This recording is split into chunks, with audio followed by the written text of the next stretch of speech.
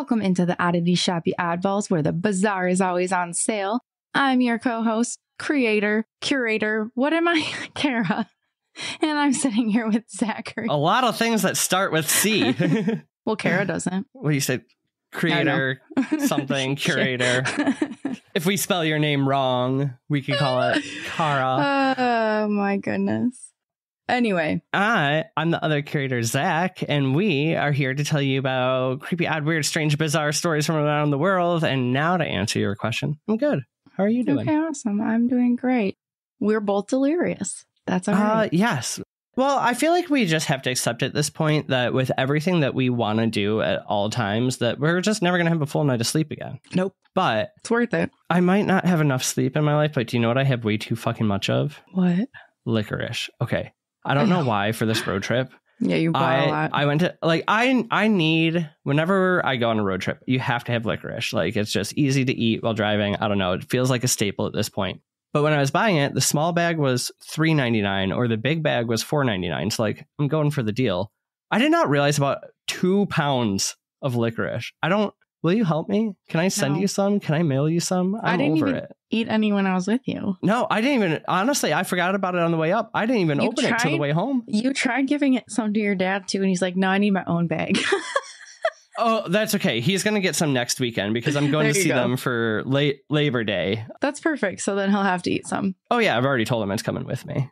That's so funny. Yeah, I brought home all the licorice and we brought home almost every beer we brought with us, which is just a sign that we're getting old. Well, are we going to tell these wonderful listeners what our road trip was? Oh, yeah, we probably should. They might want to know why we had licorice and beer on a road trip. Well, we just got back from the MI Paracon, although anybody who's been listening knows because we've been really excited about it for a long time. Yeah. So, now it's time to do a little recapper. Yeah, if you saw our socials, then you know I blasted our stories literally all weekend. Sorry, not sorry. For anybody who wasn't there, we just didn't want you to feel left out, you know? Yeah, so we're going to fill you in. But before we do that, we have one last reminder. Our phone number is 616. Call me, beat me if you want to reach me. I don't have it memorized. Whoops. I thought I did and figured if I started saying it, it would just happen. You thought you did. The pure panic that just came on Zach's face. Here we go. 616-320-4935. Thank you. So leave us your creepy stories or your shout outs or whatever. And we're going to start doing some extra episodes featuring your lovely voices. So make sure you call. Okay. Are you ready to get the shop opened up and rolling? I mean, I am. I think I am. Let's go. I have a question for you, and we're going to get the sad part out of the way first. Oh, okay. How upset were you that this was the last MI Paracon? It's so sad because I just kept thinking, oh, well, next year, like, I know. Let's do this, or next year. Now that this is our second year, like I know to do this or bring this or something like that. And then I just kept thinking, oh shit, there is no next year. It's so heartbreaking. And like, we only did 2 years together, which is so sad. Like, I wish we would have done more, but it's heartbreaking. There's nothing else to say about it. It's okay. We're going to find somewhere else, or somebody else might come. And I don't know. I just have this like in the back of my mind, it's not over feeling. I think everybody's kind of feeling that. And that's just like the vibes of the whole weekend too. It's like everyone just kept saying it's not over. We'll see us out. You will see you guys soon. Like, so I'm just, we were very hopeful the whole entire weekend that something will transpire. And they only had like, I would say 1 or 2 really nostalgic-y sad moments. Everything else is exactly like you said. Like, nobody was acting like it was actually the end. For those that don't know, this was the 14th, really like almost the 15th year from when it started. So it is just a really sad thing because it's brought a lot of people, a lot of weirdos, a lot of people that are like passionate about this stuff. And it makes them feel like they're not the oddballs or the weirdos because everybody's there for this type of stuff. So it is just really sad because it's brought so many people together. And like, we have met so many friends, you know, like we've met people that like, God, we were so excited to come and see beings that like now we're friends with that live in different states. And like, we're excited to do other things with them in the future. So it's like, it is really sad. I have goosebumps. I'm sad. Anyway, What a terrible question. We'll get off the sadness of it. Okay, but before we jump into like our favorite moment, I just kind of want to give like a huge shout out. Like you said, these guys had put it on for almost 15 years, but you started 15 years ago. And it's the Upers Paranormal Group who put on the event. The Upper Peninsula Paranormal Research Society. I mean, they just did an absolute fantastic job with it. I don't think any other con has captured the community that they did. So huge shout out and thank you to them. Yeah. And now we're going to have to find a new home con. I guess it's Missouri because that's the next one taking over, I guess. I know. Maybe we'll see in Missouri. Okay, so what city was it again? Kansas City, Missouri. Yeah. So maybe one day. Okay. Instead of going through and breaking it down like we did last year, the entire weekend, we just can't. We did too much. Oh, we did too much. So we're gonna hit you with each of our way too fucking much. Top 5. We're gonna do top 5 non-lecture moments. I'm gonna give you guys a brief reason why we can't do everything, because this is what we did. This year we did Thursday. So we left our houses at 7 a.m. We got there at 11:15. Started at noon. We went from noon until I think like maybe 11:30 that Thursday night. Friday, we got there at 9. Went from 9 until almost 3 in the morning. Too fucking late for our old asses. Saturday, we actually missed a lot of lectures because we were so tired. So we didn't go until the lunch break, but then we still went until... I still made it to more than you. You went to lunch with your parents. That's all I missed. Sorry, Denise and Mark. Damn good lunch. I needed you hear that, sleep. Guys? That's all she missed. I mean, but I meant like I didn't miss anything at Paracon. Okay, so anyway, we just did so much. And then Saturday, we still went until almost like 1 in the morning. And then you and I were done. We were so drained. We were so just like, we got to get out of here. So we left Sunday morning at like, 8? Yeah. Oh, yeah. And I was home Sunday by like noon. We were ready for home. Yeah, we were ready. I was so sad. I needed to lay in the grass. But anyway, that's why we can't give you absolutely everything, because it would take us hours. So let's just give you some good moments. For the top 5 moments, are we saying these are all equal, or do you want to pick a top one to lead with? No, I can't. I know. Mine are all equal. Let's be honest. Am I just going to do all mine and then you're going to do all yours? Let's just bounce back and forth. Okay. Do you want to go first? Do you want me to go first? What's your top one? They're not in order. That's why I didn't know if we were just going to do all of ours at once. Just throw one. I actually, you know what I think my favorite one was, and you might be surprised about this, to be completely honest. Brian Cano is probably my favorite because he is so down to earth. He is so nice. Like, he made sure to take a picture with me. Like, we hung out. He karaoke'd. He was like the greatest human. Just so down to earth and just real, and just like, I had so much fun with him where I felt like I wasn't just somebody that was there to see him to get like an autograph and picture. Like, he actually is like my friend. And he's honestly fucking hilarious. He's hilarious. He's so sweet. He gave Zach shit for taking a bad picture of me and him. So then he's like, I'm just old school. I need to take a selfie. And then he took a selfie of me and him on his phone. And I was like, we're friends, because now there's a selfie of me on his phone. Like, we are friends.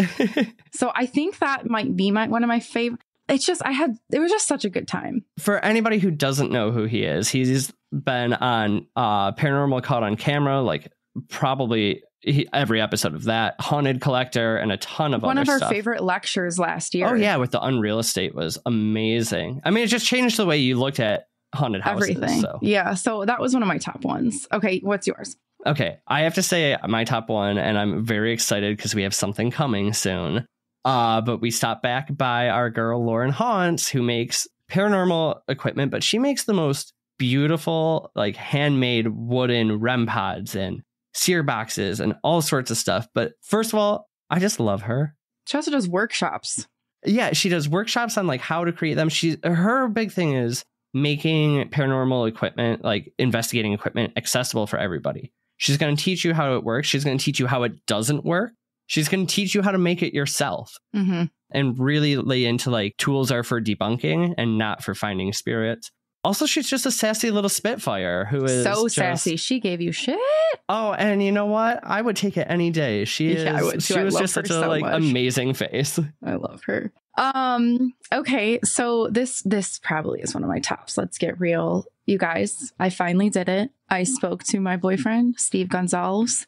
I was standing in line like a freaking wacko meeting like Justin Bieber. I don't even know if you could say standing in line as much as you could say sweating in sweating. line. I was sweating. I was shaking. Because here's the thing. It was Steve and Tango, and they're my favorite from Ghost Hunters. Like my absolute favorite. So they're both there, and I didn't meet them last year because I just couldn't fucking do it. And then everybody knows I love Steve so much. So anyway, he signed my book and we got a picture, even though Zach got to stand next to him. I know it's not your fault. It's fine. And then I got to talk to him a couple more times, just like out having drinks, like throughout the casino and stuff. And it was fun. I don't think I embarrassed myself too bad. I tried. Thanks, Connie, for helping me do it without embarrassing myself too much. So that's because Connie's the best. That was a really good moment for me. Plus, also, I think we had multiple drinks with Tango throughout that night. Yeah, and Tango and Steve liked some of our stuff, which just made me fucking die. Like on Instagram. Oh, died. Okay, what about next? Okay, I know this one's technically a lecture, but it's not because it was one of the late nights. But that was not a lecture. That was a game show. Now we got to talk about my crush. Adam Berry hosts the match game, and that was so much fun. It was I mean, we were crying laughing from the minute it started, and I think it only got dirtier, like just tears running down my face. Oh my god, dirtier, hilarious. I never thought of a panel of my heroes that I would sit there and just chant dirty words at them. But what was your favorite part about the lecture? It's not a lecture. It's a game show. meant My favorite part about it was Joanne. Grandma Joanne. The 80-year-old woman. No, she was forced to be on the stage with him. Oh, yeah. Well, according to him, she was around during the Civil War. She was so precious. Just the littlest old lady up there saying dirty words. Cute as hell. And she deserved to win. Oh, my God. So much fun. Also, just watching Tenny pound drink after drink on his birthday for that one. That man had to be hurting the next day. He looked really fine hours later. I didn't understand it, but go Tenny. That man can hold his drinks. I mean, we got to get props where props are due. Then I don't know why this happened. I do know, but it's a kind of a long story. So I was running around looking for drinks. The bartenders there, I'm so sorry, were awful. It was a thing the whole weekend. So I run into the Klinge brothers and Ryan Hold on. LeBlanc. Before you tell your story, here's my perspective of it. I just disappeared. Kara, hey, I'm going to go grab us a drink. Disappears. One of our friends comes up to us. She's like, Chris is like, where's Kara at? I'm like, oh, she's grabbing a drink. She's in there. She's like, okay, I'll go find her. She comes back like 10 minutes later. She goes, not in there. Honey, she ain't there. What do you want to drink? Like, I'll get it for you.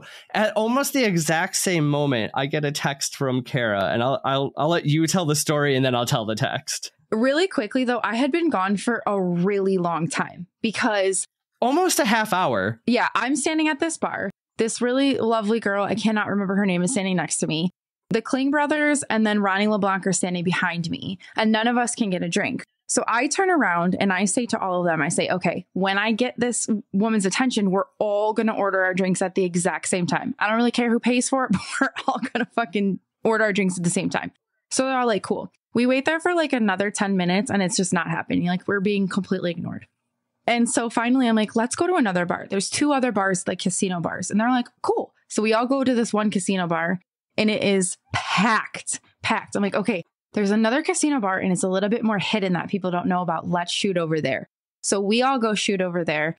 And then in the midst of this, me and Ronnie LeBlanc are standing next to each other. We're just bullshitting. We're drinking, like we're joking around. And then we finally get up to order. And he was so sweet. He's like, let me buy your drink. And I said, no, that's okay. Because now I'm buying for the other girl that was holding my spot at the other bar. I'm like, whoever buys a drink first, we just get it. And then I'm buying a drink for Zach. So I'm like, no, thank you so much. But I'm buying drinks for other people too. And so he goes, oh, okay, that makes sense. So then he goes, all right, well, we're good, to the bartender. And I'm like, what? I'm not good. He goes, oh, shit. No, she needs to order drinks. And I was like, I was about to punch you in the face. And he's like, that would have been really funny. And I was like, yeah. Then we laughed and I said, I would never do that. But then I was like, you know what? That would be a really good story for me, because people could be like, hey, how was Paracon? And I could be like, I punched Ronnie LeBlanc in the face. He's like, that's a really good idea. We should record it and do it. And I'm like, yeah, but I can't do it now because Zach will be so mad if he didn't record it. So after like almost 40 minutes of waiting for my beer at this point, I immediately forgave her because I got a text that says, sorry, went away with the Klinge brothers. I'm going to punch Ronnie LeBlanc in the face, 12:30. You can film it. And that's all the explanation I got. And then I just showed up back with drinks and new friends. Now, the best part was, it was a running joke, but the best part was our friend Connie kept sending random people up to Ronnie LeBlanc through the rest of the night saying, so I heard that. Karen wants a punch in the face.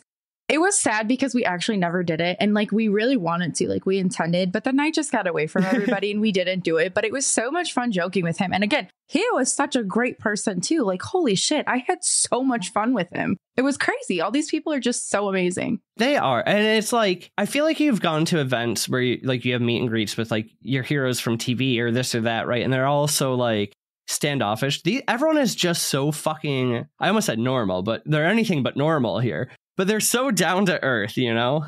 Yeah, no, it was that was awesome. What you got next, boo boo? My next one was super unexpected this year because funny. Okay, so for anybody who's listened to our last couple weeks of episodes, Kara just did one on vampires, and we were literally just talking about Dracula and Bram Stoker. Yeah, and then I can't believe this happened.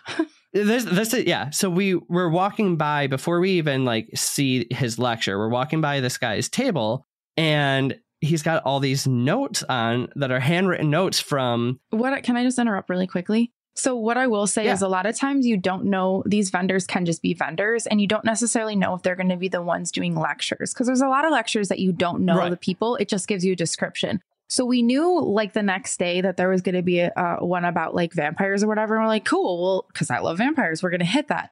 So you don't necessarily know when you're doing these vendors because there's hundreds of vendors who is actually speaking.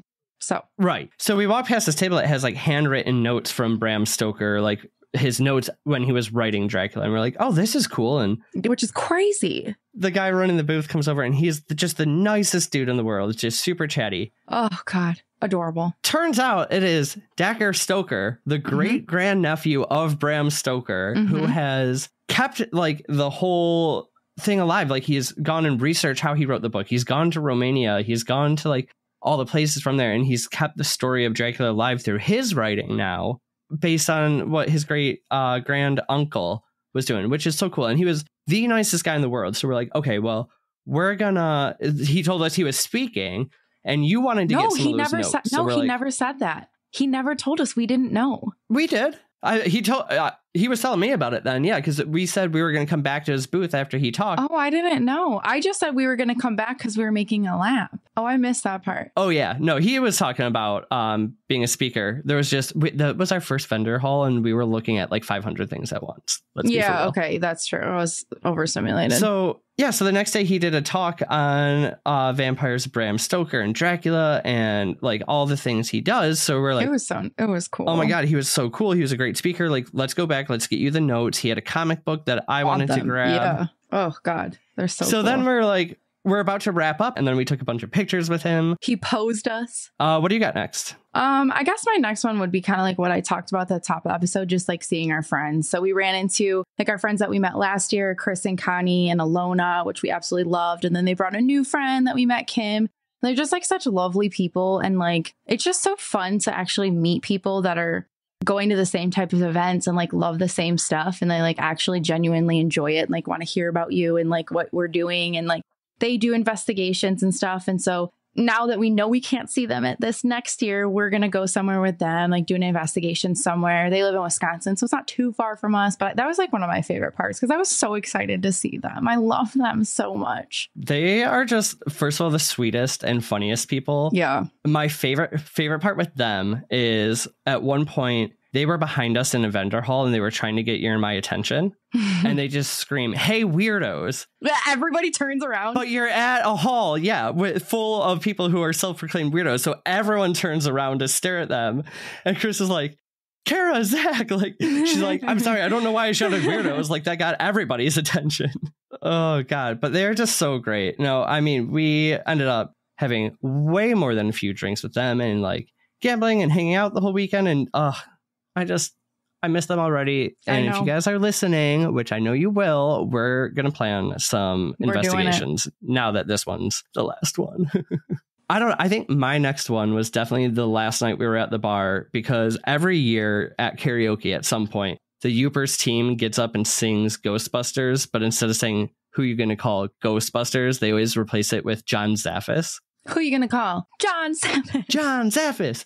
So we were like, we didn't even know what was happening right then. We were like kind of like right up at the karaoke booth, and the energy was amazing. And John Zafis just looked so fucking tickled at the whole time. I mean, he's just smiling, cheesing so hard. He's always the biggest fucking goofball, which I just love about him. Everything he does is so funny. So it was like cool to see the final send off for that. Yeah, that was good. What's your last the top 5 non-lecture moments?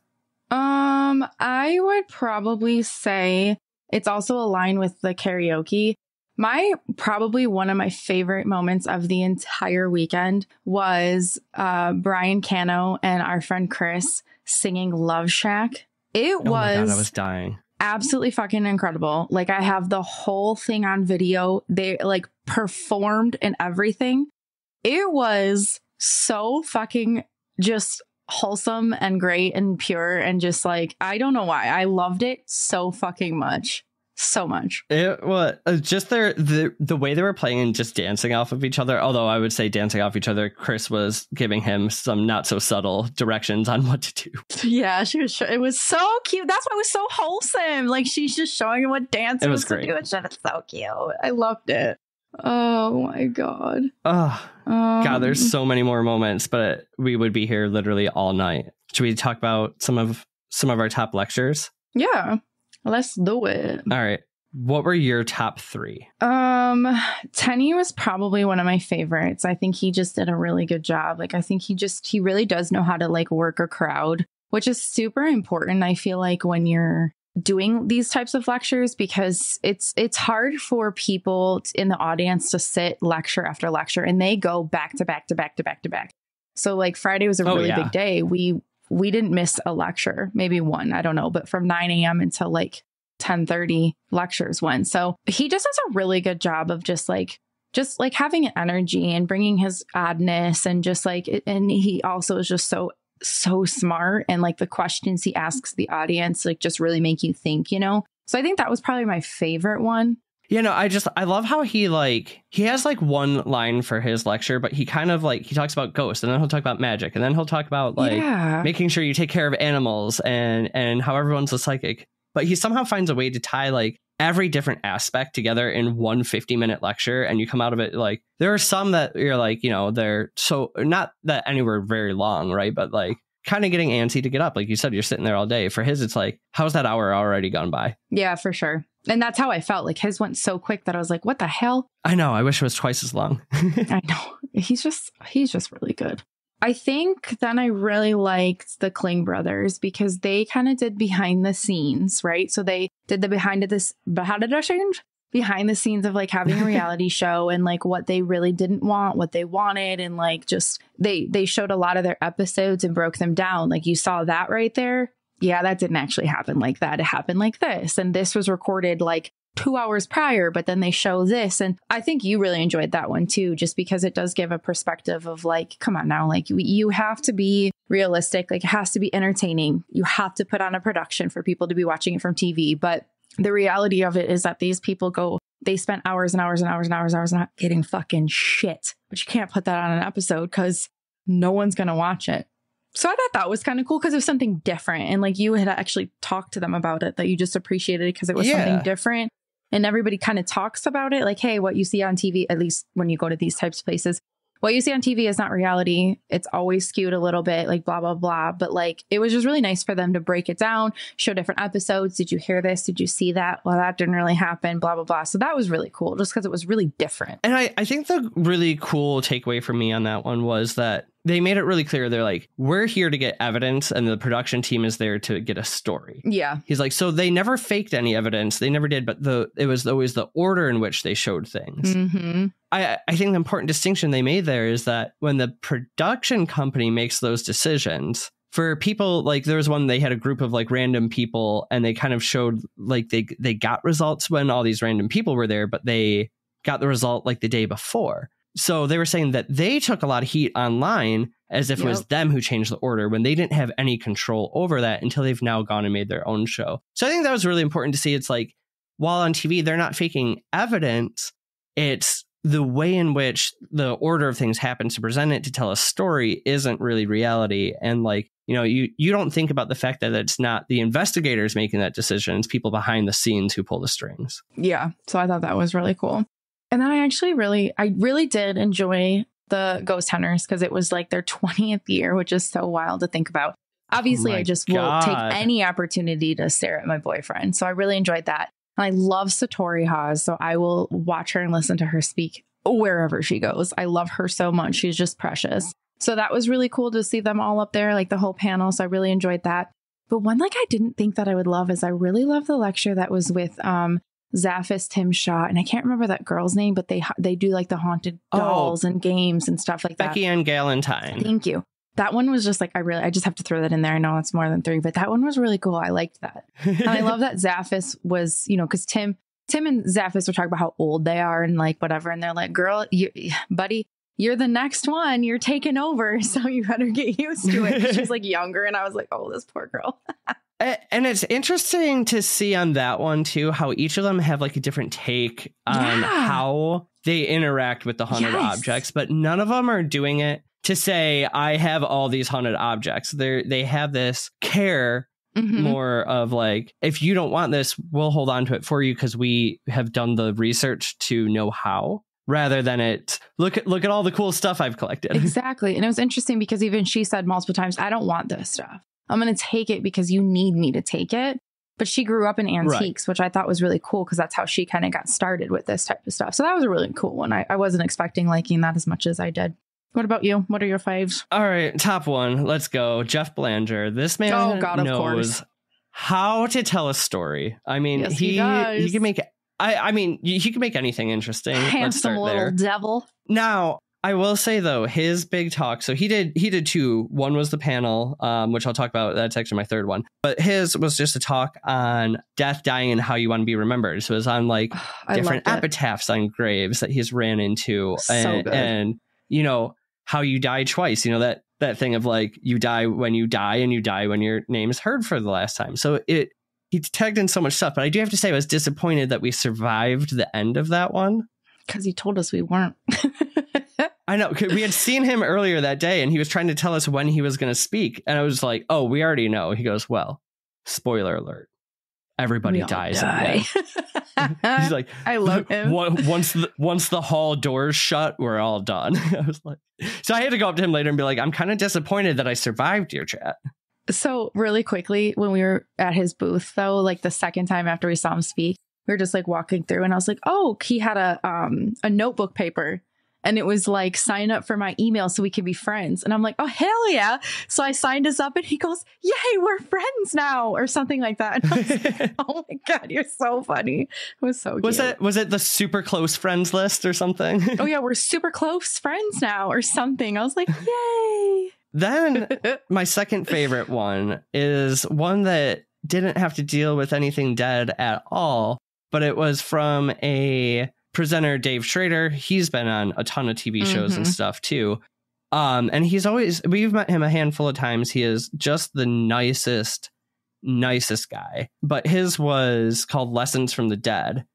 And it was all talking about how, like, what can we learn from those people who are close to us in our life who have passed, right? And how do we live and still honor them and, like tell the people in your life how much you appreciate them today. Don't just talk about them when they're gone. Like his whole point of that lecture was life is fucking short and remember that.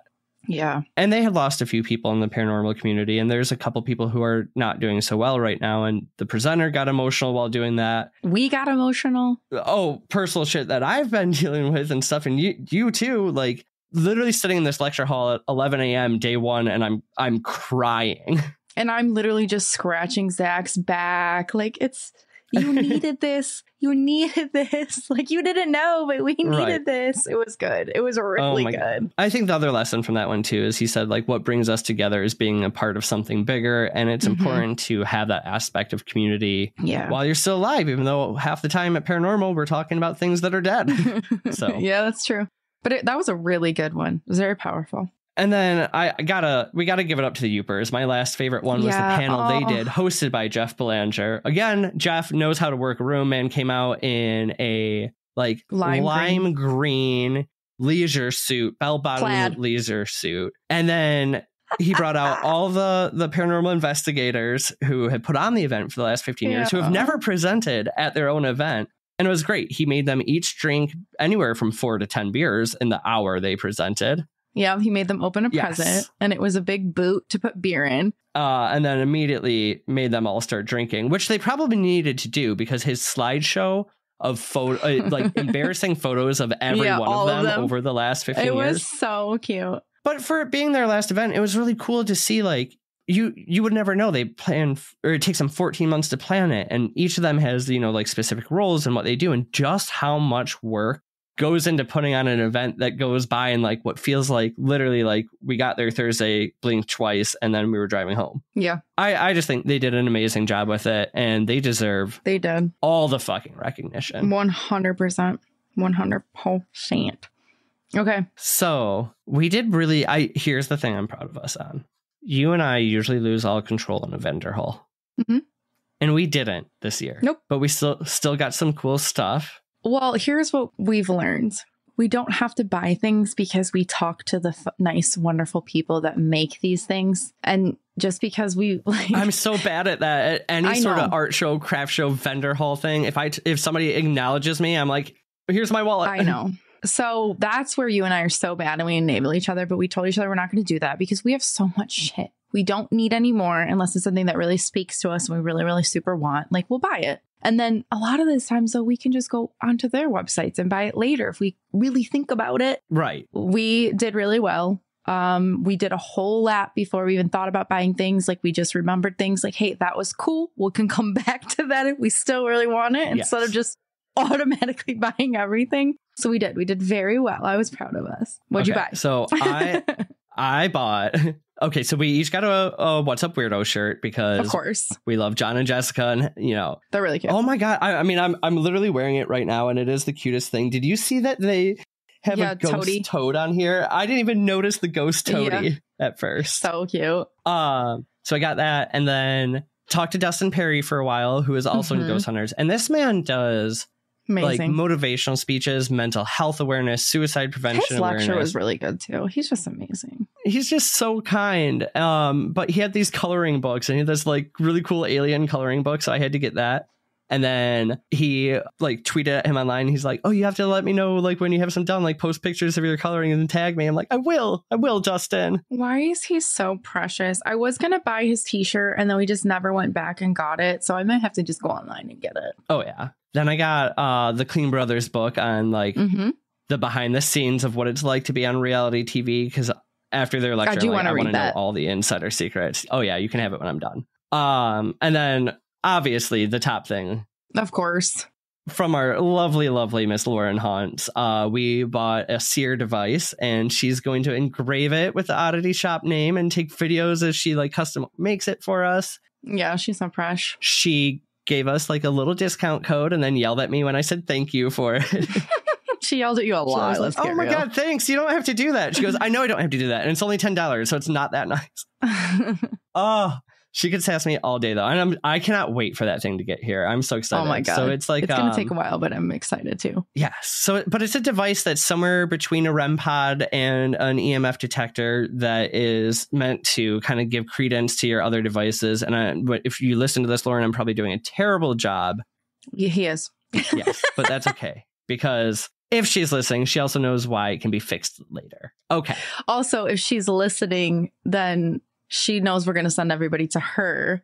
So everybody, I'll put her in this, and then everybody go to her page because she explains absolutely everything in full detail, and it's the cutest thing ever. So yes. Okay. I blacked out with all my purchases. What the hell did you buy? I got the WooPod t-shirt. And then I bought from Dacre, I bought 3 pieces from Bram Stoker's notes. So I don't remember exactly what pieces I got, but one of them was like characteristics of a vampire. And it's like all his notes of like what he put. Didn't you get like the deleted alternate ending too? I think I did, or I changed my mind. I don't remember, and they're not next to me. But so I bought 3 of those. And they are really like kind of hard to read, but they're just they're so fucking amazing. And then I bought a necklace from Satori that she made, and she's on Etsy. little wildflower. Yeah, so it's a wildflower in resin and just like a little like inlay like or around it is like gold. It's really pretty, just like kind of simple. I really liked it. So I bought that from her and that was it. And if you guys are interested though, too, make sure you check out her Etsy and their website and stuff. Because right now, everything that they're selling. Yeah, her and her mama. They make the jewelry and it's all one of a kind. But it's all going towards raising money for the brick and mortar location for their haunted museum, which they're trying to find a spot for. And we're super excited about it. So go support them. They are the most amazing people. And I'm going to try to do my best to link everybody's everything in this social stuff so that everybody can go to their pages and like see all their stuff. That's all I bought. Yeah, we did pretty damn good. Mm-hmm. All right, so we hit it all. Lectures, favorite moments, what we bought. Just kind of a quick honorable mention. I did get to pull my favorite medium aside and have a short conversation with Exie and tell her that I read every one of her books and my parents had gone to her gallery reading and they're like, she pulled them aside and was like, do you have a son? And my parents like, yeah. And then she had like a little message. So she did a reading from afar for me. And it was a super quick, super short message. So I pulled her aside and said, hey, you met a couple earlier. You said, you had this message for their kid. I'm the kid. I got it. So thank you. And she just put her hand on my shoulder. She goes, you'll figure it out. And then that was it. Yeah, you told me, you're like, I talked to XT. It was vague, but she did tell my parents I'd figure it out. Like, you're gonna figure it out. It'll be fine. Yup. That's so cute. When that comes to fruition, we'll figure it out. My other honorable mention I'm going to talk about, I sat down at slot machines and I sat here and told you guys how much I won earlier in the year. And the casino definitely got some of its money back. I did not do good. Yikes. But I'm still overall up for the year. Yeah, what else is there? I tried so hard to help Jessica take a picture of Toady. I don't know if I helped or I made it worse, but I was trying. I'm sorry, Jessica, if you're listening to this. I tried. But he's so damn cute. The best part about it is we got to be graced with Toadie's presence. And that's the most important part. He's so precious. He's just there for a good time. He really is. He's just always chilling. We got to mention it was John Tenney's birthday on Saturday. So Saturday. I'm sorry, Saturday. So, lots of celebrations. And I think we sang to him 2 times. Man had a good birthday. It seemed something like that. Yeah, I think he did great. What else? Do you want to talk about our obsession from the stupid deli? Because I was shocked. Okay, so last year we had a hyperfixation on the chicken strips. And I swear to God, the menu has changed, but I don't actually know if it did. I think we were just delusional. But last year, that's all we ate. Every meal we got the chicken strips and they were good chicken strips. So I think that's why we kept getting them. But this year we're like, oh, they have pizza. Let's just get, a pizza. So we get a medium, just pepperoni pizza. No big deal. It was such a fucking good pizza. I couldn't believe it. I mean, like, it wasn't like from a pizza joint pizza. Yeah, but it was pretty close. If you're talking about, it definitely beats out like Papa John's, Little Caesars, like Domino's, anything like that. Oh, yeah. Holy crap. And it was $13. That was such a good fucking pizza. I know. Well, we had 2 of them. No, we had 3. Didn't we have 3? Oh my God, did we? We had 3. I'm probably trying to black out. Well, that would explain why I'm still fucking bloated. We had 3 of those pizzas on top of the fucking other. And then I had a hot dog. And then what did I have for dinner last night? Pizza. I wanted to die. I physically wanted to die. All right, you got anything else? I think that's it, except should we leave everyone with a little bit of a teaser? We shall. So we may or may not have picked up 2 future guests for the podcast. So you've got some surprises coming with some of the fabulous people that we met there coming down the road. I am so excited. And for any of you listening who were there, or if you are listening and weren't there and are planning to go to a different con, this was our home con. This was like our Christmas every year. Where are you guys going? Where do we need to go? Where, let us know where the best places are. And maybe we'll come hang out with you next time. Yeah. And happy 21st birthday, Lily. Oh, yeah, Lily. Hopefully you had a great birthday celebration. She had a great birthday. It was at Paracon. How could you not? Your 21st birthday at Paracon, and you know, her mom was taking good ass care of her that whole time.